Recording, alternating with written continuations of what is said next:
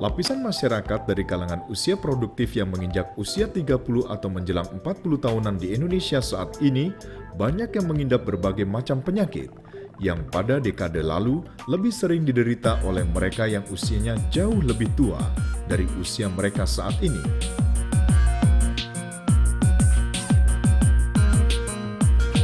Kolesterol tinggi, stroke, hipertensi, kanker, osteoporosis, diabetes, dan lain-lain telah menjadi penyakit yang biasa diidap oleh kalangan usia muda, terlebih mereka yang tinggal di perkotaan. Tantangan hidup yang semakin kompleks menjadi salah satu pemicu utama bagi munculnya gejala berbagai penyakit tersebut. Banyak kondisi yang membuat mereka mau tidak mau harus lebih banyak mencurahkan waktu, tenaga, dan pikiran untuk mengejar karir sebagai bagian dari eksistensi kesuksesan di tengah sikap kompetitif yang sudah semakin membudaya. Energi yang berlebihan dalam mengejar karir membuat perhatian mereka kepada kesehatan dan pola hidup sehat dengan sendirinya semakin jauh berkurang.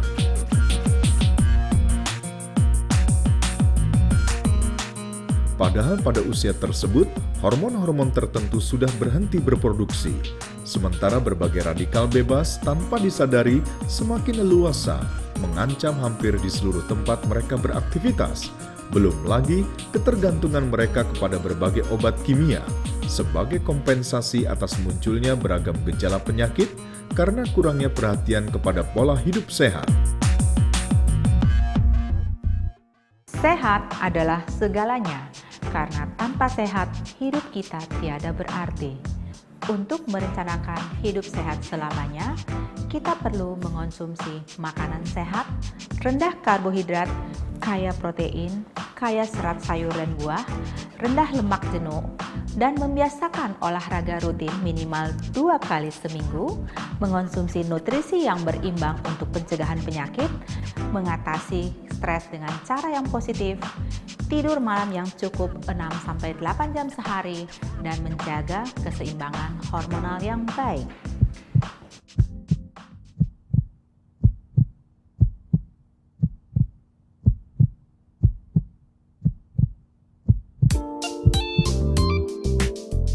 Selain faktor tekanan psikologis seperti stres, gaya hidup, dan pola makan yang tidak sehat, berbagai radikal bebas dengan mudah banyak ditemui dalam hampir semua lingkungan.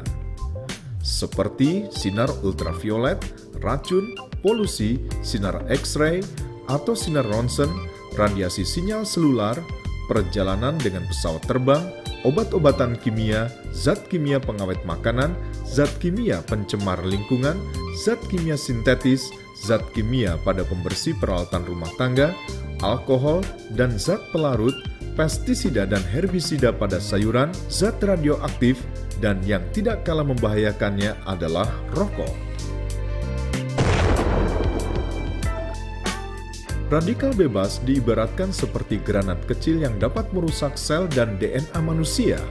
Banyak sekali penelitian yang mendukung teori bahwa radikal bebas menyebabkan proses penuaan dini dan menimbulkan banyak penyakit berbahaya seperti jantung, otak, paru-paru, hati, empedu, kulit, persendian, mata, gigi, dan kanker. Salah satu solusi efektif dalam menangkal bahaya radikal bebas adalah terjaganya keseimbangan antar antioksidan dengan radikal bebas itu sendiri. Mengapa keseimbangan hormon perlu dijaga? Karena hormon adalah zat yang dihasilkan tubuh kita yang berfungsi mengatur kesempurnaan regulasi semua organ dalam tubuh kita. Ketidakseimbangan hormon akan menyebabkan datangnya berbagai penyakit penuaan lebih awal yang bisa membawa kita pada kematian di usia muda, seperti obesitas, penyakit jantung, stroke, diabetes, penyakit autoimun, kepikunan, dan bahkan penyakit kanker.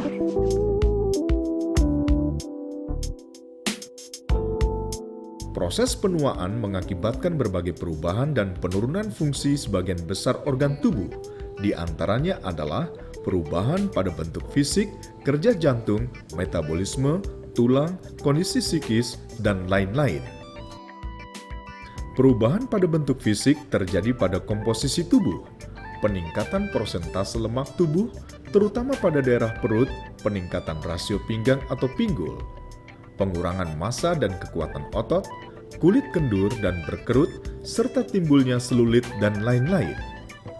Sedangkan akibat pada jantung terjadi pada penurunan kekuatan dan massa otot jantung, pengurangan kapasitas maksimal pengisian beban oksigenasi jantung, pengurangan ambilan oksigen maksimal, pengurangan denyut jantung maksimal, peningkatan kolesterol LDL dan total kolesterol, penurunan HDL, dan meningkatnya trigliserid. Sementara pada sisi metabolisme, perubahan terjadi dalam metabolisme karbohidrat, metabolisme lemak, peningkatan frekuensi hipoglikemia, pemulihan yang lambat dari reaksi hipoglikemik pada insulin, gangguan toleransi glukosa, penurunan sensitivitas insulin, serta hiperinsulemia ringan. Penderita pada tulang terjadi dalam bentuk pengurangan densitas tulang, perubahan struktur dan geometri tulang, peningkatan peluang patah tulang, penurunan regenerasi tulang, serta penurunan mineralisasi tulang.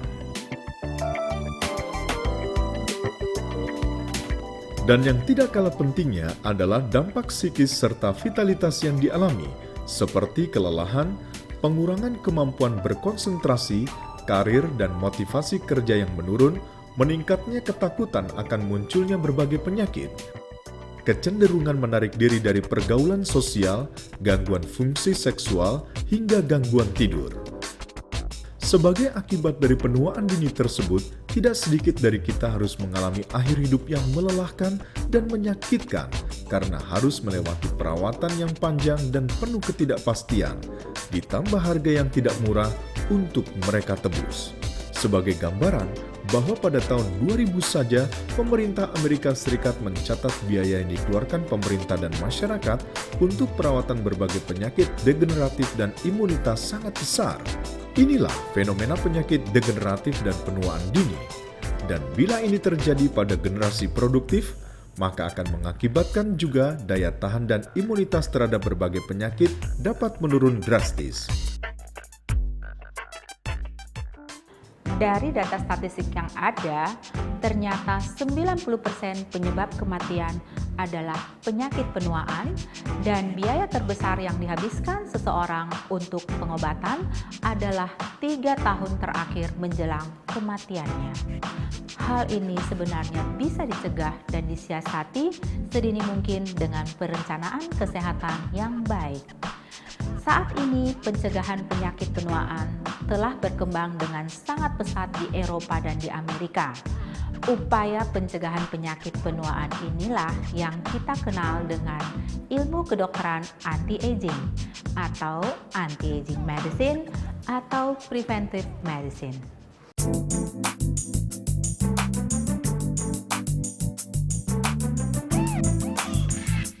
Kedokteran anti-aging adalah sebuah revolusi kedokteran modern yang mengedepankan pencegahan terhadap berbagai penyakit akibat dari proses penuaan agar daya tahan terhadap penyakit yang diakibatkan oleh pertambahan usia tersebut dapat diantisipasi, mengingat awal proses penuaan biasa terjadi hampir tanpa gejala. Intinya adalah kedokteran anti-aging merupakan sebuah terapi untuk menjadi tua tanpa gejala dan penyakit penuaan, sehingga kualitas dan produktivitas hidup dapat dinikmati dalam waktu yang lebih lama dan bahkan hingga akhir hayat. Kedokteran anti-aging dianggap mampu menggeser paradigma kedokteran konvensional yang memiliki sudut pandang bahwa proses penuaan adalah sesuatu yang wajar dan alamiah, namun dapat dicegah dan dihambat. Kita jangan terbelenggu dengan nasib bawaan dari gen tubuh kita maupun radikal bebas di lingkungan sekitar kita. Jika tidak ingin terlambat, maka sebuah tindakan harus segera diambil.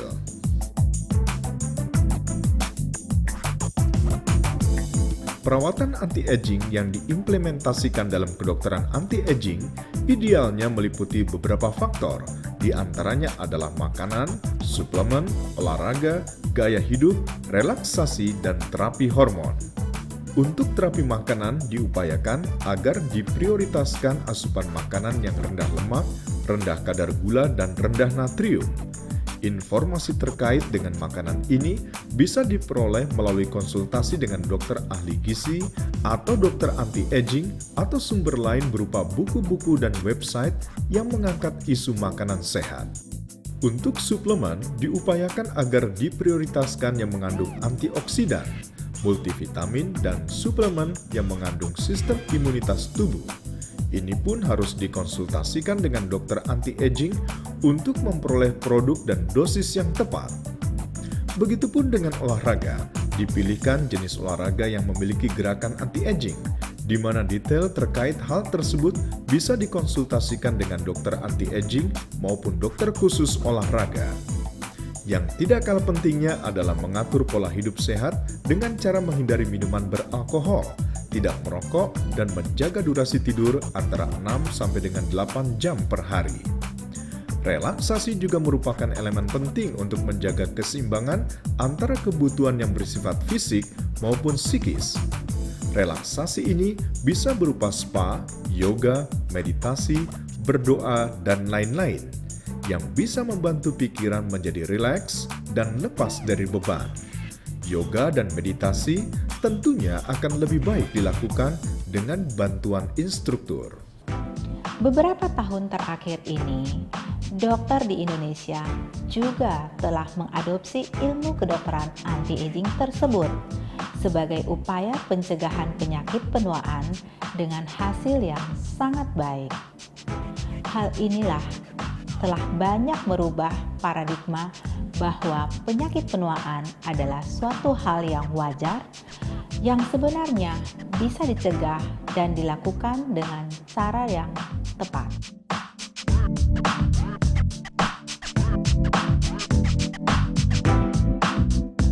Bagi yang tinggal di Jakarta dan sekitarnya, Anda sangat beruntung karena saat ini telah dibuka klinik Jakarta Anti-Aging Center yang mengkhususkan pada isu-isu anti-aging dari mulai konsultasi, perawatan rutin, hingga perawatan berkala. Jakarta Anti-Aging Center yang memiliki moto Grow Older Without Aging berlokasi di Jalan Kemiri, nomor 13 Menteng, Jakarta Pusat, 10350. Telepon 021 391 5157.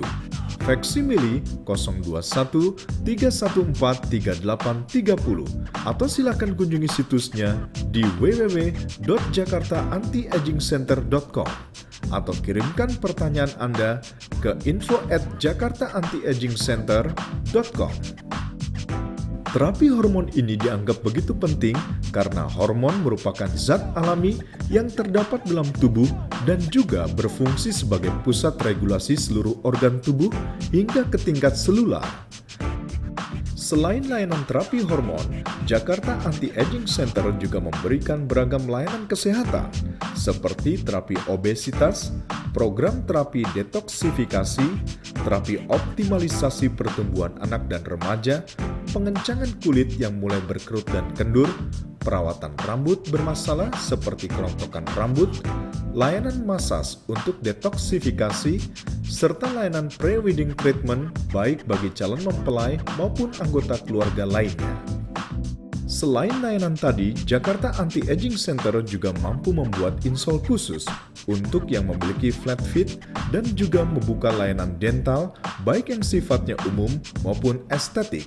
Seluruh tenaga medis yang bertugas di Jakarta Anti-Aging Center adalah para dokter terlatih yang memiliki sertifikat bidang anti-aging yang masih sangat jarang dimiliki tenaga medis di Indonesia.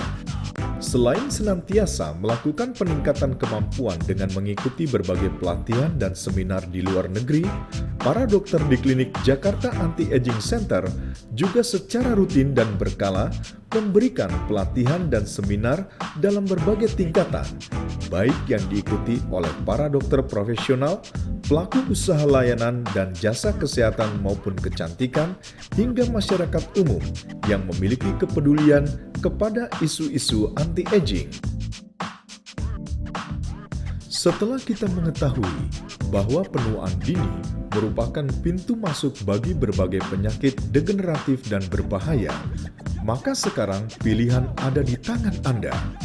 Apakah Anda akan memilih melakukan pencegahan penuaan dini melalui terapi aging yang dapat memberikan kualitas hidup yang lebih lama dan produktif, atau memilih cara mati muda dengan harga yang cukup mahal?